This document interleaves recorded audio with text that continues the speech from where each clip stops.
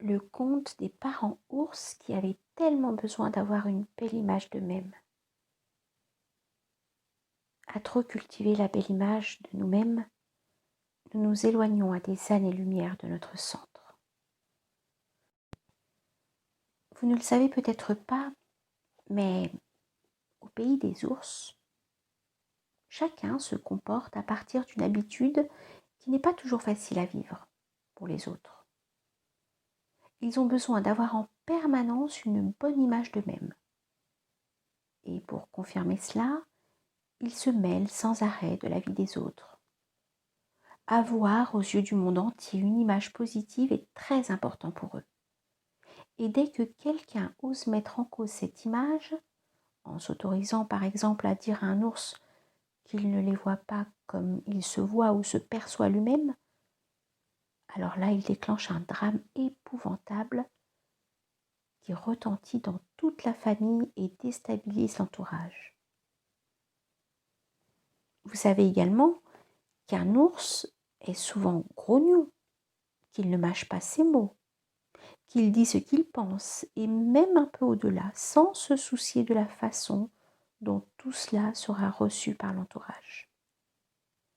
Évidemment, il se trouve toujours étonné, voire scandalisé quand quelqu'un de proche, par exemple, lui fait remarquer qu'il a été blessé ou heurté, choqué ou gêné par son intrusion dans son intimité, ou encore par telle ou telle remarque. Vous n'imaginez pas la tempête que cela peut déclencher.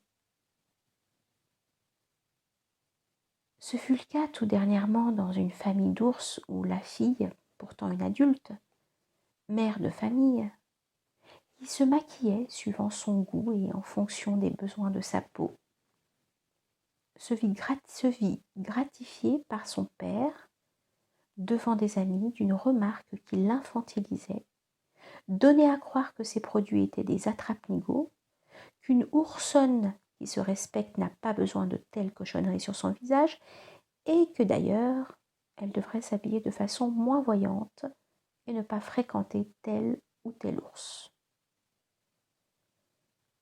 Quand elle tenta de parler à son père de son propre ressenti et lui dire qu'il lui était insupportable d'accepter de tels jugements de valeur ou de telles disqualifications, celui-ci fut très étonné dans un premier temps et ne comprit rien. Puis, il se sentit blessé, choqué même. On touchait à la belle image qu'il avait de lui-même. Enfin quoi? Un père aimant a bien le droit de faire des remarques justifiées à sa fille. Sa femme prit son parti. La fille ne savait plus comment se comporter. Elle tenta de se défendre. Elle aussi défendait la belle image qu'elle avait d'elle-même. Des amis s'en mêlèrent. L'affaire gonfla. Chacun sûr de son bon droit, de sa sincérité surtout, car tous dans cette affaire étaient persuadés d'avoir raison.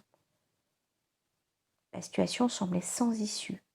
Et puis un dimanche, le père se rappela que souvent il ne réagissait pas en fonction de ce qui se passait, mais de ce qu'il imaginait chez l'autre, de ce que les autres pouvaient penser. Il confia qu'il se faisait beaucoup souffrir en imaginant ce que les autres pouvaient eux-mêmes imaginer qu'il imagine. Cercle vicieux infernal. Qui, dans cette situation, par exemple, l'entraînait à disqualifier sa fille de peur qu'on puisse penser qu'il n'était pas un bon père s'il ne disait rien. Et le dimanche suivant, autour de la table familiale, tous se mirent à rire et l'histoire des produits de cosmétiques, de la vêture, des fréquentations de la fille fut ramenée à des proportions plus oursiennes. Mais soyez prudents cependant. Si vous rencontrez un ours, rappelez-vous que l'image qu'il a de lui-même est ce qu'il met au-dessus de tout, dans un premier temps.